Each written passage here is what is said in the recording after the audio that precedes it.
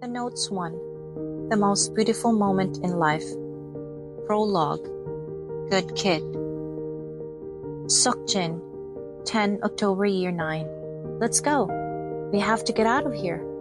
I grabbed my friend's hand and ran to the rear door of our classroom. As I looked back while running down the hall, I saw the men spilling out of the classroom, chasing us. Stop, stop, right there. Their voices seemed to seize us by the back of our necks. We frantically thought of where to go as we darted down the stairs. The first destination that came to mind was the hill behind our school. We just needed to cross the playground and go out the school gate, and we would hit the bottom of the hill. Although it wasn't that high, it was pretty rocky and rugged. After running through the gate and rounding the corner at full speed, we ignored the walking trail and jumped right into the bushes. We waded through the dense limbs and kept running. We ran for what felt like forever, finally stopping when the footsteps behind us were gone. We collapsed on the ground, covered with layers of dried leaves, sweat dripping from our faces. They won't be able to follow us here, right? My friend nodded, breathing heavily. We lifted our t-shirts to wipe our faces with a hem. My friend's face was wet with sweat and tears. His wrists were bluish black with bruises. The neck of his t-shirt was ripped. Dad hasn't come home in over a week. Mom just keeps crying. The cleaning lady and the driver stopped coming. Aunt says that Dad's company's shutting down. Those men came to our house last night. They kept pressing the bell and yelling for Dad.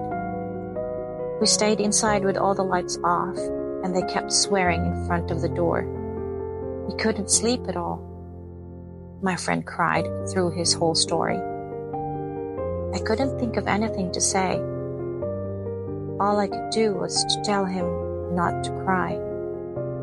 It was shortly after the class had started when the front door swung open and 4 or 5 men burst in. They were unruly and rash. Which one of you is Mr. Tre's son?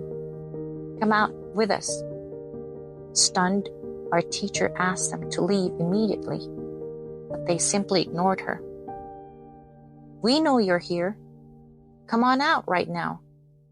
Some of the kids leered at my friend sitting next to me and began whispering. The men noticed and came towards us. Can't you see we're in the middle of the class? Please leave. Our teacher tried to block them, but one of the men pushed her hard to the whiteboard. She fell to the ground. The man who had shoved our teacher walked towards us in a threatening manner. All the students' heads turned towards us. The man snatched my friend's arm. We'll take you to your dad and get the money from him. Surely he won't turn away his son. The men were menacing, and the atmosphere was intimidating. I looked into my friend's face. He was trembling hard, with his head bent low. He was my friend. I reached under the desk and grabbed his hand. He looked up, and I pulled his hand. Let's run. The sky was getting darker and darker. No one seemed to be chasing us. We pushed our way through the trees and bushes to the walking trail. An empty lot with exercise equipment appeared before us. I leaned against the chin-up bar, and my friend perched on the bench. I'm afraid you'll get in trouble because of me. My friend seemed uneasy when I told him I would be fine. All I could think of the classroom was to get my friend out of there. I had to get him far away from those men. But as we started running away, I realized we had nowhere to go. Let's go to my place. It must have been around 9 p.m., as quite some time had passed since the sun went down. I was starving. You must have been too. Aren't your friends home? Won't you get in trouble for taking me there? We can sneak in. If we get in trouble, then we get in trouble. My house was not that far from the foot of the hill. Soon, my house came into sight in the distance. Go in right behind when the gate opens and hide behind a tree. I'll open the window for you later. Mom was sitting on the couch in the living room. Where have you been? Your teacher called. Instead of answering her question, I told her I was sorry. It was usually the quickest way to end a conversation. Mom said Dad would be home any minute and went into her room. My room was opposite their room with the living room in the middle. I quickly went into my room and opened the window. We heard the front gate open while playing a computer game after a snack of bread and milk. My friend looked at me with frightened eyes. It's okay. Dad never comes in my room. The door of my room burst open before I finished speaking. We both sprang up from our seats with fright. Are you Mr. Che's son? Dad continued without waiting for an answer. Come on out. Someone is here to take you. There was a man standing by the door. I thought he was Mr. Che at first, but quickly realized he wasn't. He was one of those men who had marched into the classroom earlier. I looked up at Dad. He looked exhausted, with knitted brows and subtly quivering eyelid. It was better not to bother him when he was in that mood. While I was trying to read his face, the man came into my room and grabbed my friend's shoulder. I got in front of my friend. No, Dad, don't let this man take him away. He is one of the bad people.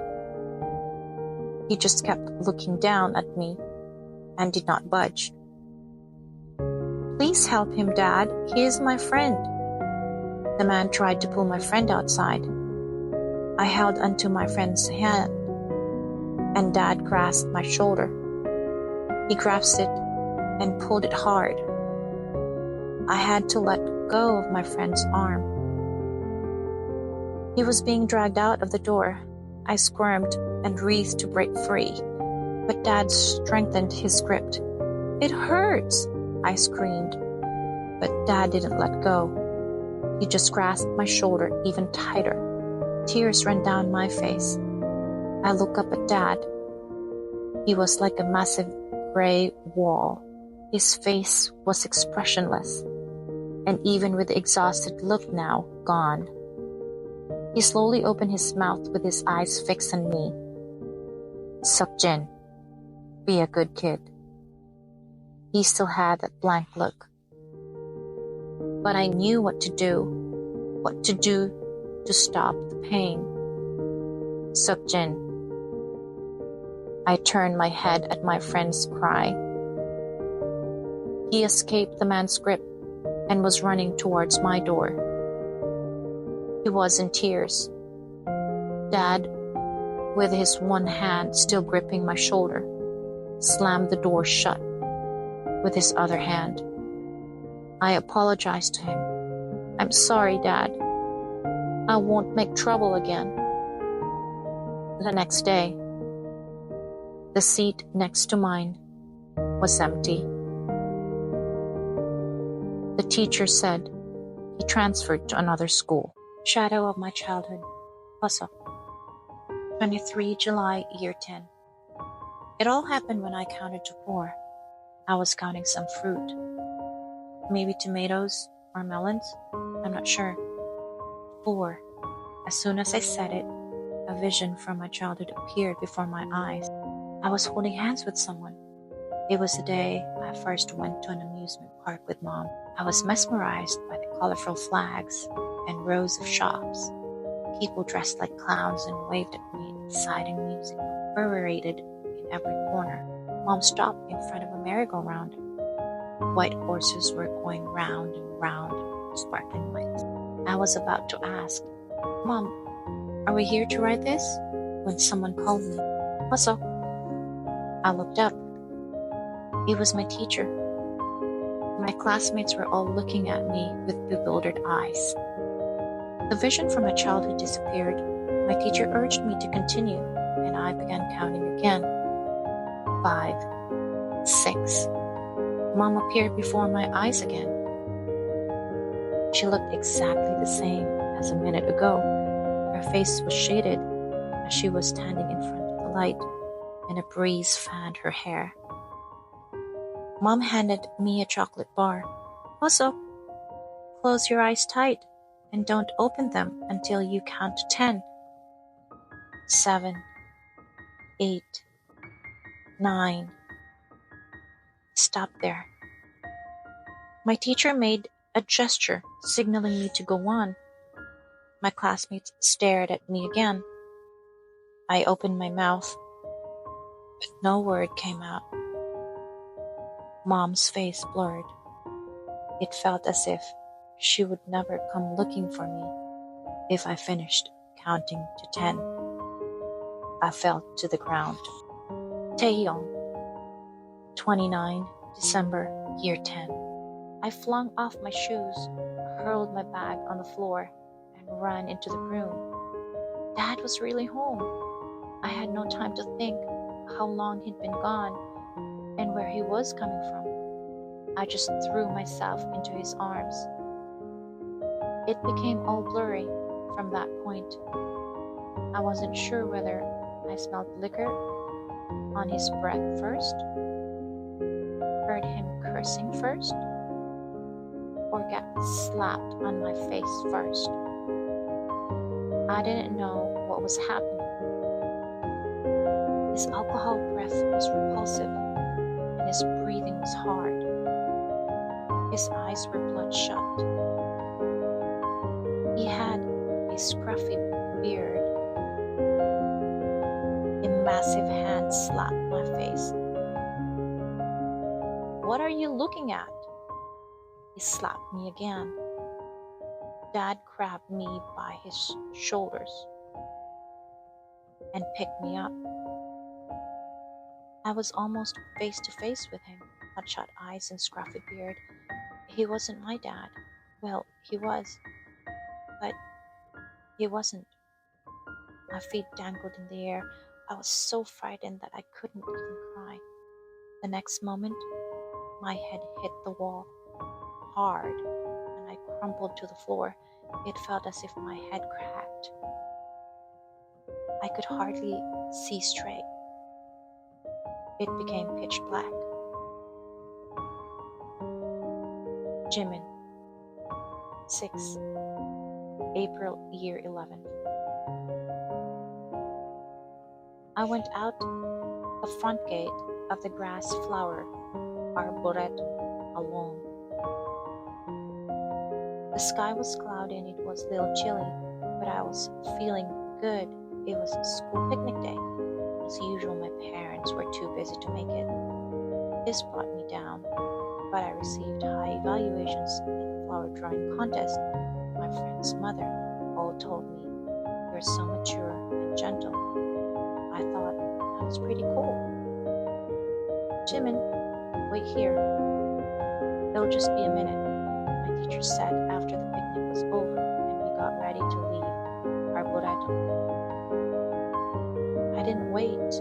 I knew I couldn't find the way on my own. I held onto the straps of my backpack with both hands and took confident steps. Everyone seemed to be staring at me, so I kept my shoulders back. After walking for a while, it began to rain.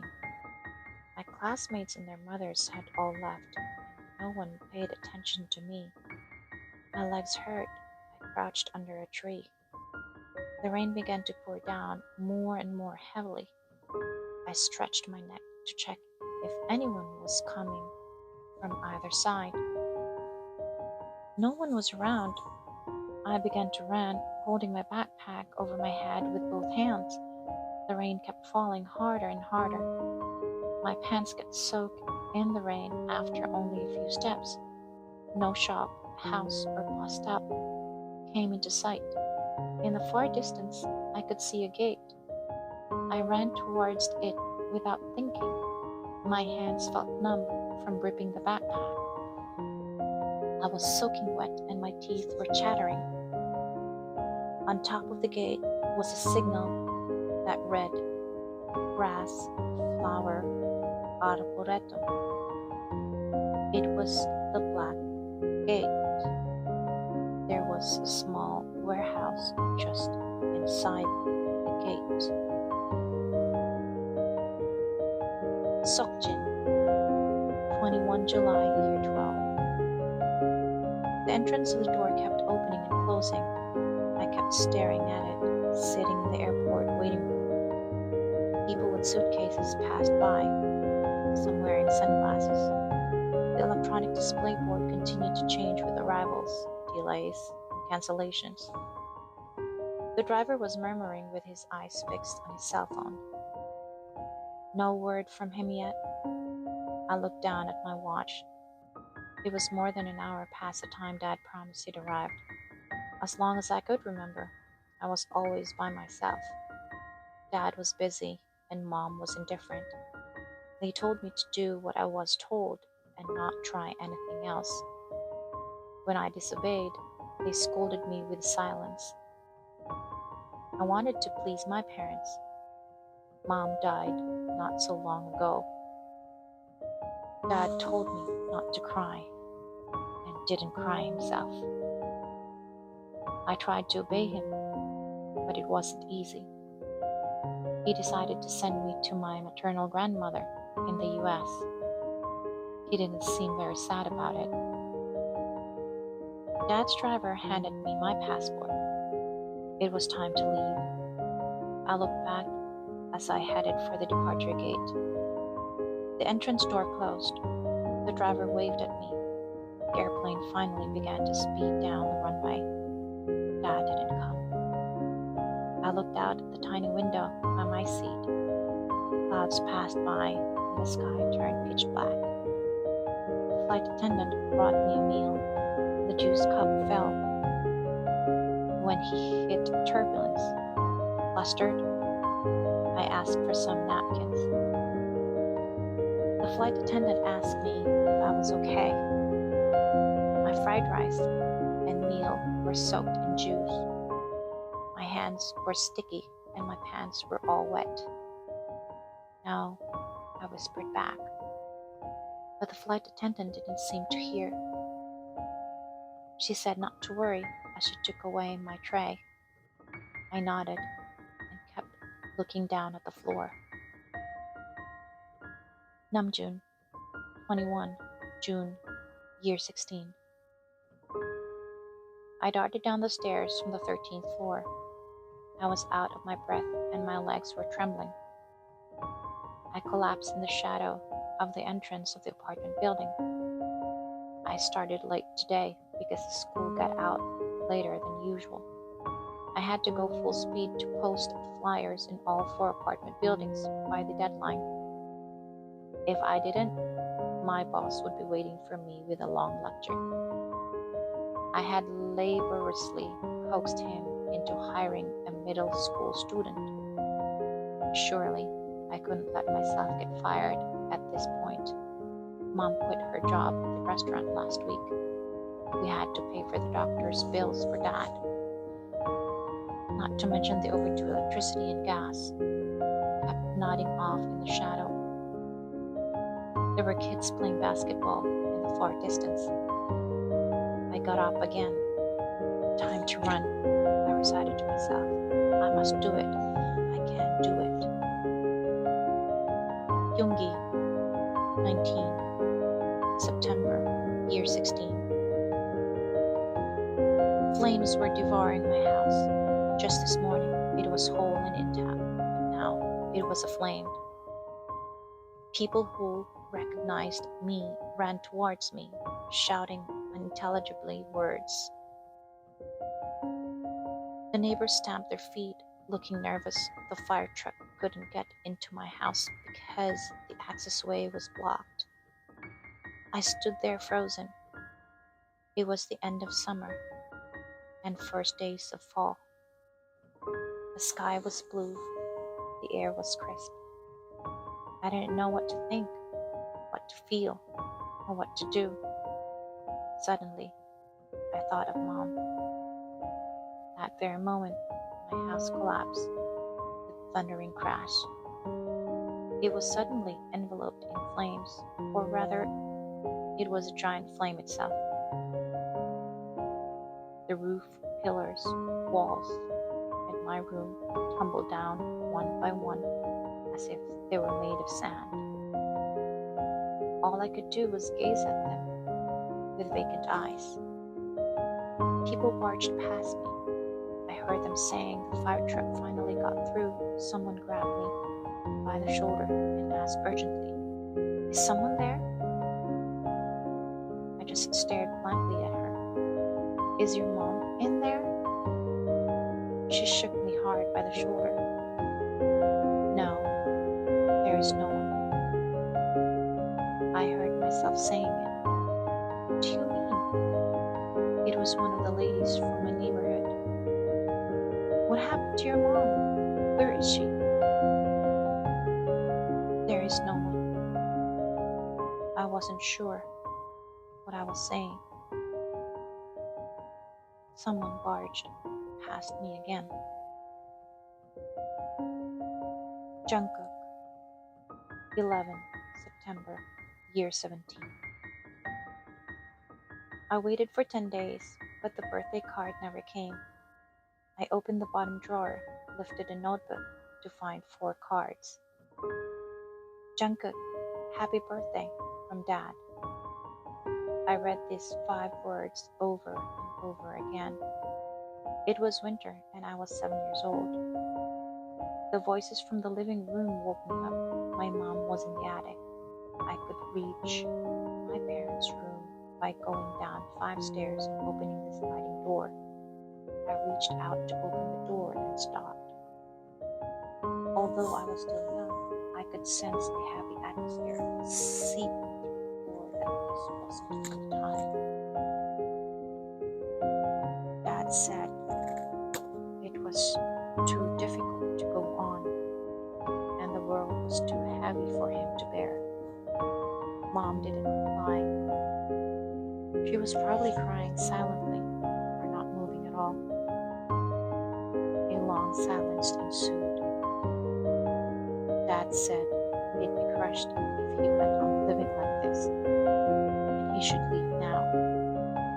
Mom vehemently protested, calling him the most irresponsible man, and I heard my name. "What are you going to do about her, Jungkook?"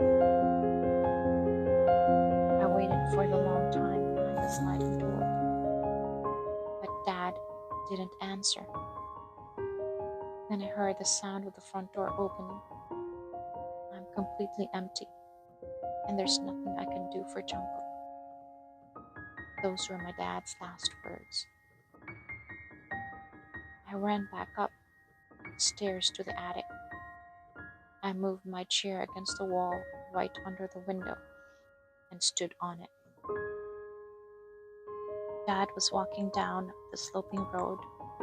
First, his legs disappeared, and then his waist, chest, and shoulders.